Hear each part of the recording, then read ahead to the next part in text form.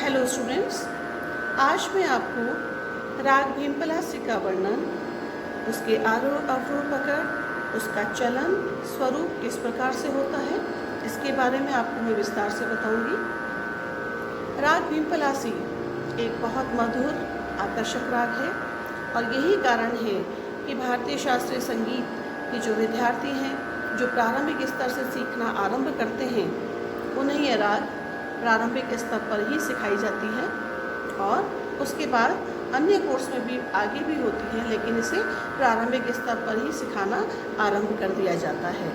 राग भीमपलासी काफ़ी थाट से उत्पन्न होता है और इसका वादी स्वर म अर्थात मध्यम और संवादी स्वर सा यानी षड्ज माना जाता है। वादी स्वर म होने के कारण से यह राग पूर्वांग प्रधान राग अर्थात पूर्वांगवादी राग कहा जाता है।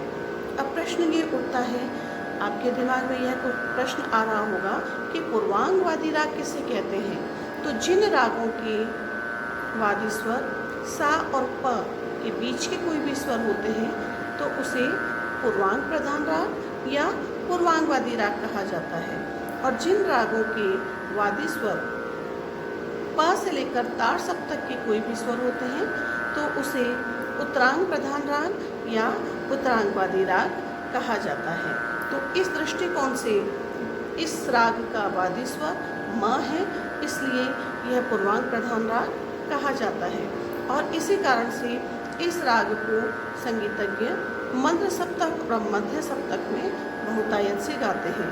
लेकिन जैसा कि मैंने आप सबको बताया, यह बहुत मधुर राग है, आकर्षक राग है, इसलिए इसको संगीतज्ञ मंद्र, मध्य और तार तीनों सप्तक में भी कुशलता से गाते हैं। इस राग के आरोह में रे और ध वर्जित स्वर लगाया जाता है।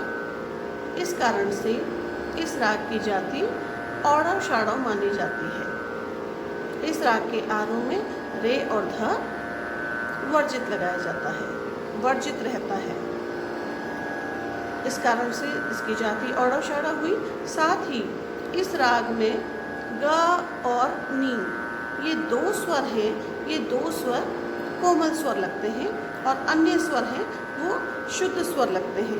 तो जब भी आप इस राग को गाएं, इस राग में ग और नी ये दो स्वर आपको कोमल करने हैं और अन्य स्वर शुद्ध स्वरों का प्रयोग करना है। इस राग के पूर्वांग में, इस राग के स्वरूप जो हम गाते हैं उसके पूर्वांग में रे यानी ऋषभ व उत्तरांग में धैवत यानी ध महत्वपूर्ण माना जाता है। इस राग का जैसा कि नाम है भीमपलासी, तो भीम और पलासी इन दो रागों का स्वरूप मिलाकर, मिश्रण मिलाकर इस राग को बनाया गया है।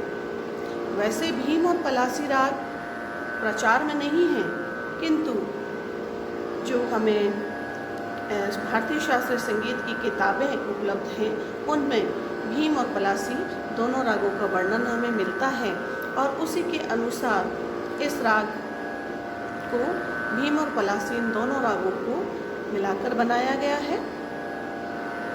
भीम में रे स्वर वर्जित है और पलासी में ध स्वर वर्जित है और इसी कारण से भीमपलासी जब बनाया गया तो अब इसमें रे और ध इन दोनों को आरोह में वर्जित कर दिया गया और ये नई राग उत्पन्न हुई भीमपलासी। इस राग में ग म प नी ये विशेष स्वर समुदाय बहुतायत से प्रयोग किया जाता है और म ग प ग ये हम जब लेते हैं तब इसे हम भीम और पलासी से अलग कर देते हैं। इस राग का आरोह अवरोह इस प्रकार से है।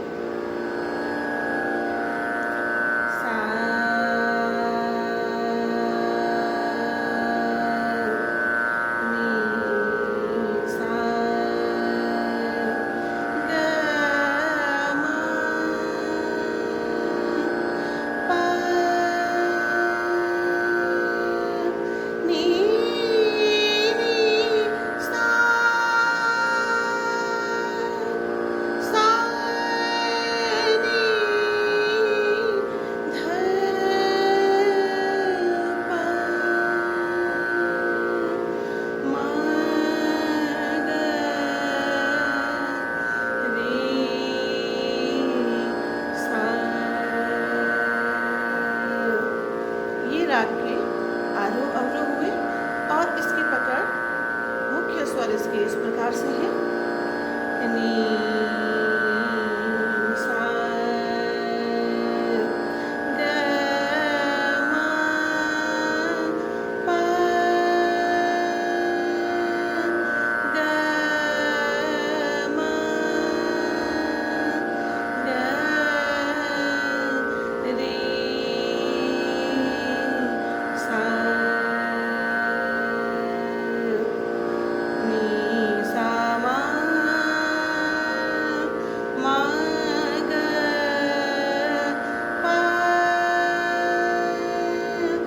मा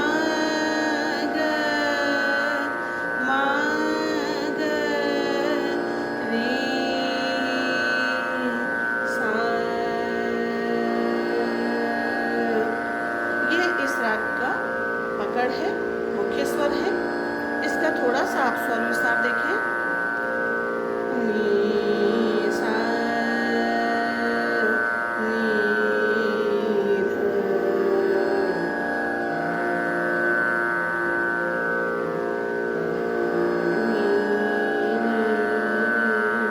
सा नी सा ग म ग रे सा नी सा म ग प प म ग ग म प प नी नी ध प प म ग प ग म ग रे सा ग म प ग म प नी नी सा नी सा सा नी नी ध ध प प नी सा नी सा ग म ग रे सा सा नी नी ध ध प नी ध प म ग रे सा नी सा म ग म ग प म ग रे सा।